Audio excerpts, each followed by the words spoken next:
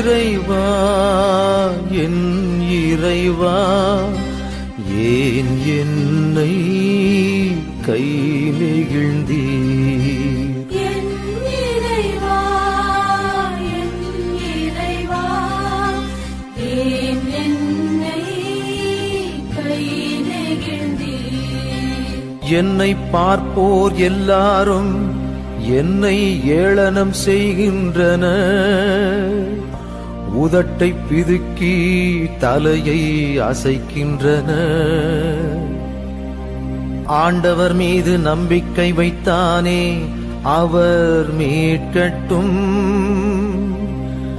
அவருக்கு இவன் மீது பிரியமிருந்தால் இவனை விடுவிக்கட்டும் என்றார்கள்.